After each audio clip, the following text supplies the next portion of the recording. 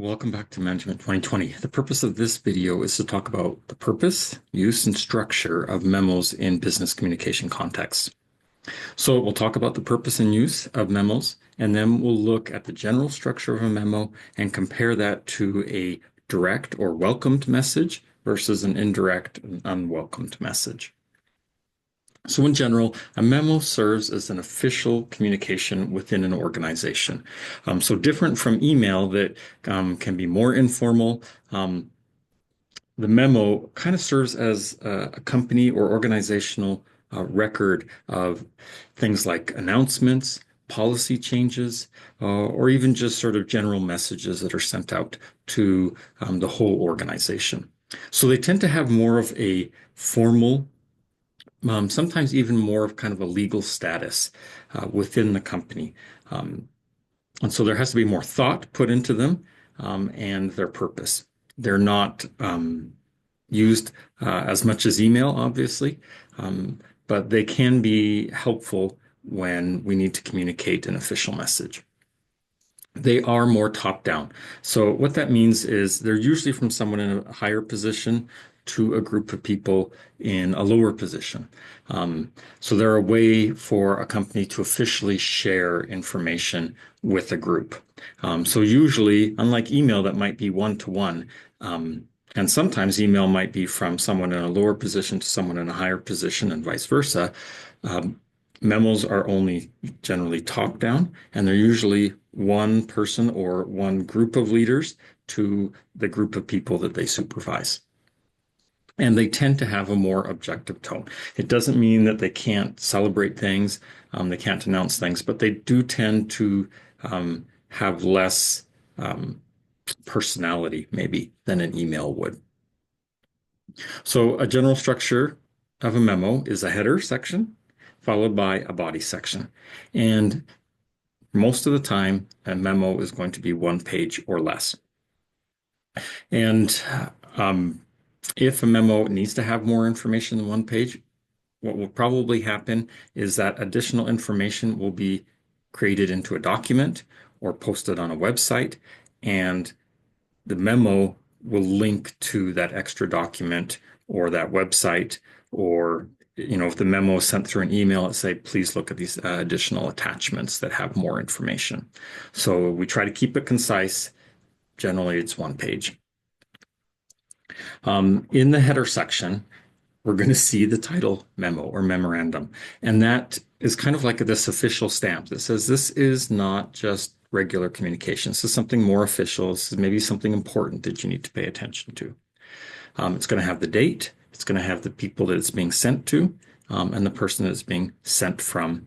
And then it'll have something like a subject line, which is similar to an email. Sometimes it's called an RE reference line. And again, this is the topic. Obviously, this one here is kind of a humorous topic of a memo, but it would be like that, right? Someone in a position of authority in the company is sending information out to those generally that they supervise.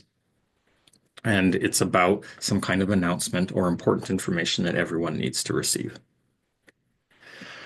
The body sometimes can be very short. So here's another example. Sort of on the left, you have a description of those sections that we just talked about. All the header sections, the to and the from, the subject, the date. This one includes a CC. This can happen, although I think it's becoming less common in memos. We would just include those people as, I guess, if for some reason you need to send out a memo and you wanted someone from another department head to also be aware that what you were sending out, you might CC them, but I don't see that very commonly used anymore. And then the body. So the body of this memo is very short, right? Just a couple sentences, just makes an announcement. Should this have been a memo? Should this just have been an email? This probably isn't an announcement that needs to have sort of that official status. So probably this one would have been better as an email rather than a memo. But let's take a look at some others. So this is an example of a direct or welcomed memo. And what we mean by that is the information is happily received by the audience. They're not going to have concerns or questions or be disappointed with the announcement that's being made here.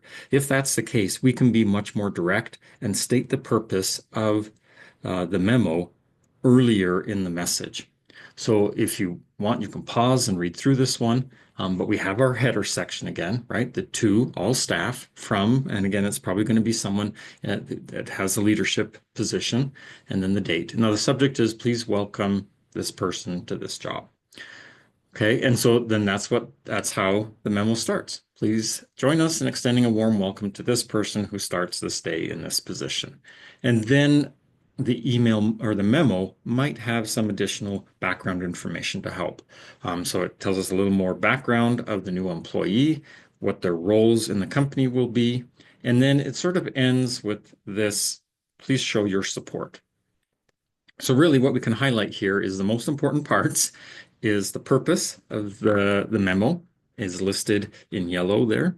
And then kind of the action or next steps or the so what is listed in blue. What you should do with this information. And in this case, it's just welcome this person as part of the organization.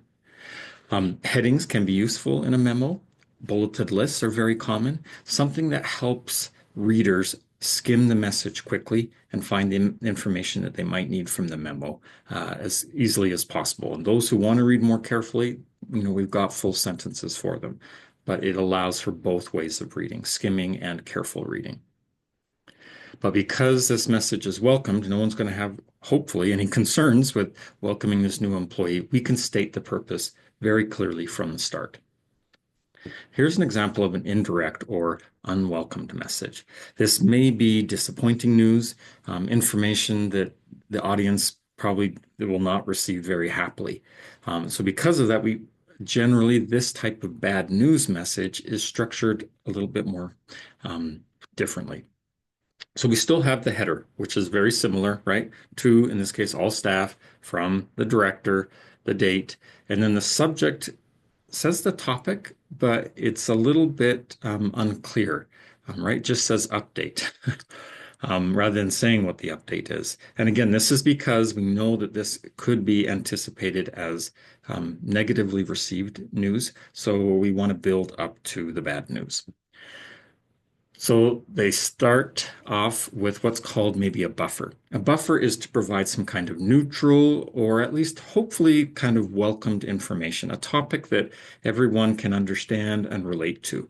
And so here it's saying that we recognize that everyone has appreciated the retreats that we've had in the past for our company. And then in the second paragraph, we get into the announcement. Okay, and in this case, they are canceling the retreat. And we can see then in the green that this is where they provide the justification for it, right? So some rationale, some reason why the bad news has to be made. And here they provide some alternatives, a bulleted list of other activities they're going to do instead to try to maintain the purposes of the retreat without essentially the cost of the retreat. And then lastly, again, they're ending with some kind of next steps or what to do with this information. In this case, it's we hope you continue to develop good connections within our company, and we want you to be, understanding of this change we've had to make. So some differences you can see, right, is that the purpose is lower.